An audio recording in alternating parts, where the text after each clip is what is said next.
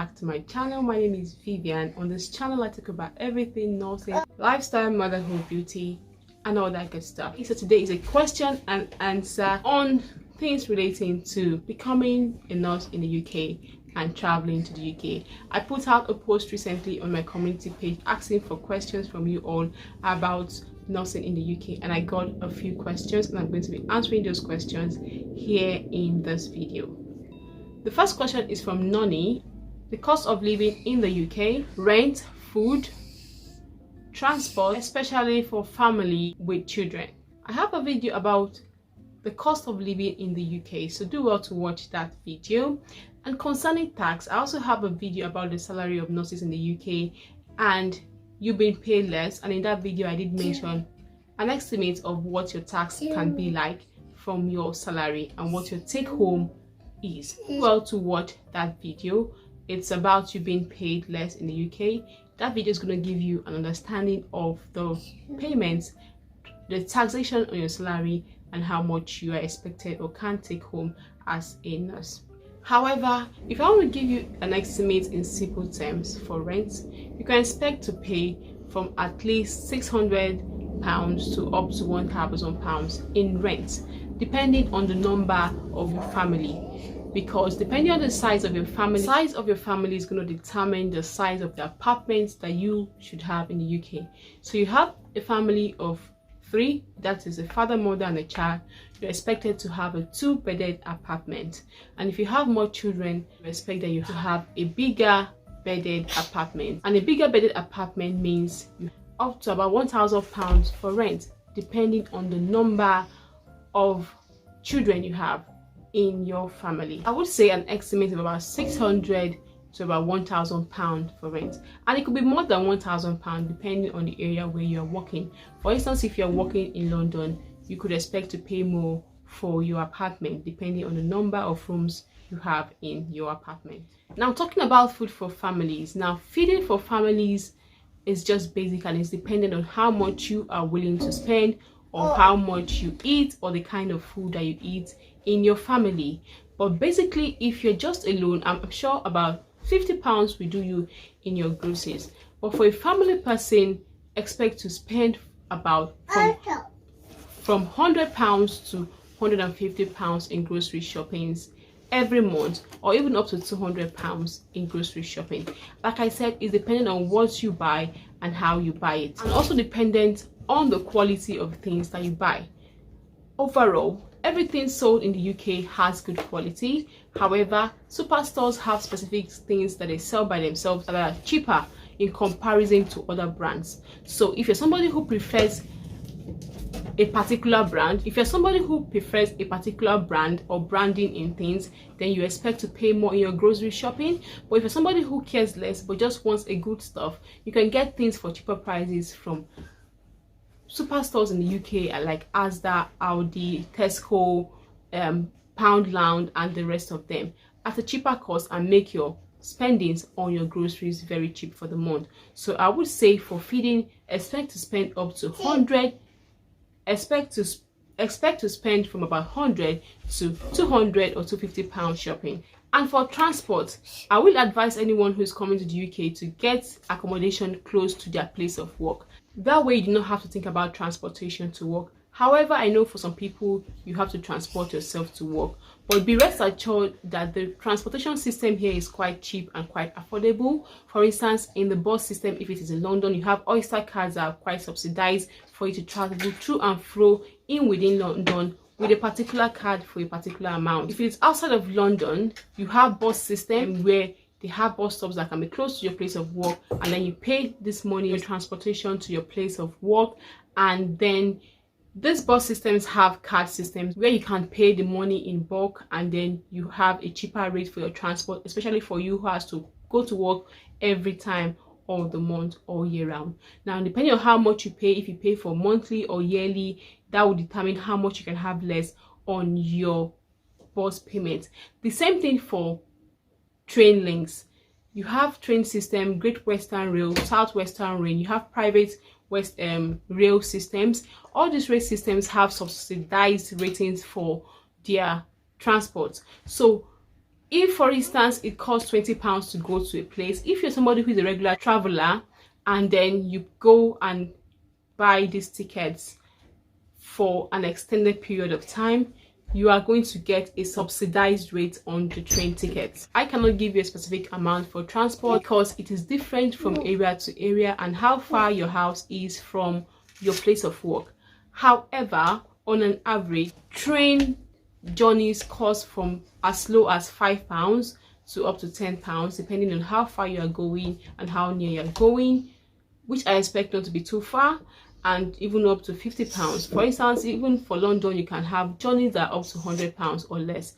But I believe that wherever you will be working will not be far from your place of work, so you don't have to spend so much money on transport. And so I want to say it's going to be within £5 to £10, and on a subsidized rate can be around £3 to £5.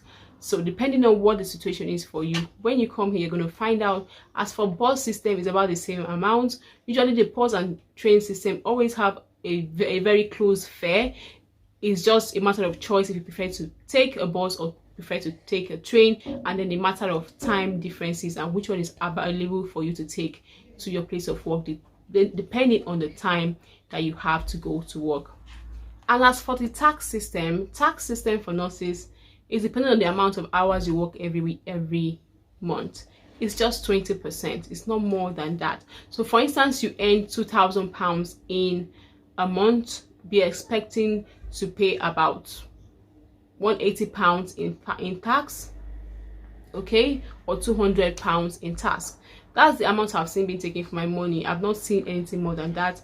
Even sometimes if it's so much, if I had extra hours from Sundays or Saturdays or night shifts, I may see up to like £300 be taken from my salary, but that would mean that my salary was also high for that month. So tax is based on what you earn every month. Like I said, you can watch the video about how much you make or how you can be paid less, which is right here. In that video I talked about your salary and how much you can lose if you're not observant on your payslip.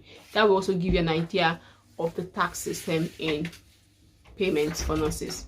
The next question I have is from Mohammed Aden, and he says how can a diploma registered nurse transfer to BSc, and how flexible are employers for this? Now my answer is you can become a BSc nurse from diploma. However, the flexibility of your employer is dependent on the hours that you are expected to work. You can get a BSc from diploma in the UK. I know you have courses that are up to 1 year top-up course. Even Sunderland University has a program, and a couple of universities just have to apply to them and see which one is willing to give you a placement to come and do your top-up course to become a BSc nurse in the UK. You have to make them know they're working full-time and that you also want to do your course. But I think the only way you can do this is to do it as a part-time program. You cannot do it at full-time because you have to be full-time on your job, especially if you are on a visa. So if you are working full-time, then you can do your program as a part-time. But if you're working part-time, you can do your program full-time, if that makes sense. It's possible for you to do your program, and you don't even need a lot of flexibility from your employer, except with your manager, who is going to be in charge of your rostering. So what your manager has to know is when you need to be in school and in campus, and on those times they will take you off the roster, and on the times when you are free, you come and do your job. And some managers can be very, very nice and put you on only night duties. That way you have all the day to yourself for you to go to school. And if you have a very kind manager who puts you on night duties, then you can do your program as a full-time and go ahead and become a BSc nurse under 1 year. But if your manager is not flexible enough to give you night shifts all through, then just know you have to do your program as part-time and have to pay. However, do know if you want to do your program, you will have to pay for the program, except you have a scholarship of some sort from a university or from your hospital to go ahead and do your BSc. Those are the options for you to go ahead to do your top-up BSc in the UK. Stephen Tomko, and he says, after passing IELTS, how does the process take for you to get to the UK, and how to identify good agencies and for recommendations? Now, to answer this question, I have a video on this channel that tells you how to identify good agencies. Now, I'm not going to tell you or recommend any agency to you, because at the end of the day, it is your choice and it is you who is going to make that informed decision. I've given you the tips on how to identify good agencies. Go ahead and apply to them, and depending on how they respond to you, you know if they are worthwhile to follow.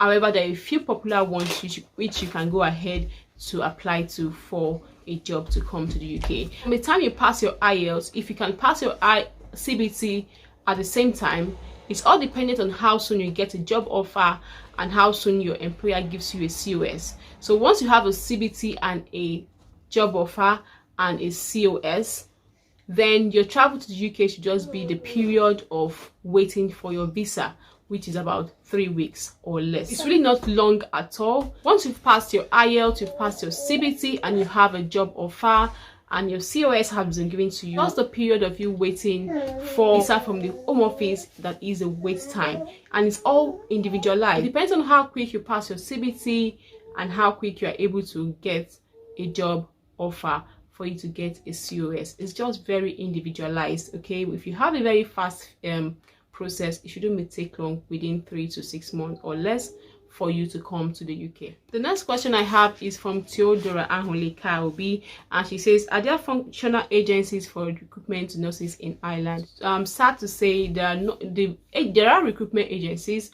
However, their agility in recruiting nurses is what I cannot vouch for. I have a couple which I have gotten from friends who are already in Ireland, which I have referred to people who have asked me. However, they've said agencies have come back to them and say they don't have job openings for now. They will come back to them when there are jobs.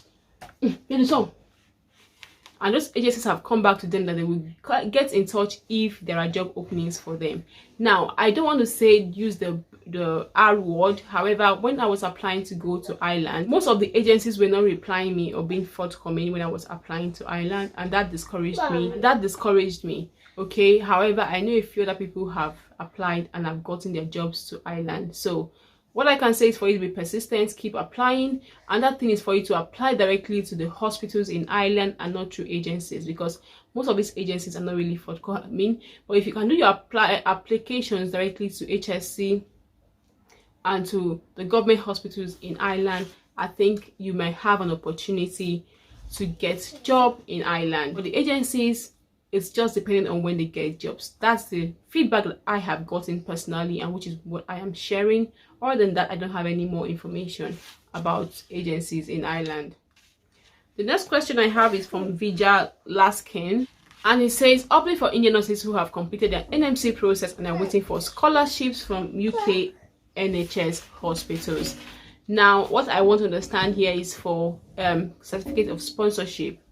What I can say is, for now, there is a temporal halt in all of these things, or suspension in all of these things. Not really a suspension. Situations are not making people to go ahead to apply. Even if you apply for your visa or you get your COS, you cannot travel if you have your visa. So all these things have to wait till after the whole pandemic is over and the borders have been open, and then you can then go ahead to get your COS, certificate of sponsorship, or your sponsorship from your NHS hospital. Go ahead to apply for your visas and plan for your travel to the UK. But for now, everything is on hold, so I advise you to just be calm, relax, and wait for when all this is over for you to get your process ongoing again. All right, I do hope I've answered most of the questions as much as I can. If you have any further questions, do well to ask in the comment section below. I'll do my best to answer. And don't forget to like, share, subscribe. Thank you for watching. I love you as always. Like, share, subscribe, and hit the notification bell. Thank you for watching. Bye for now.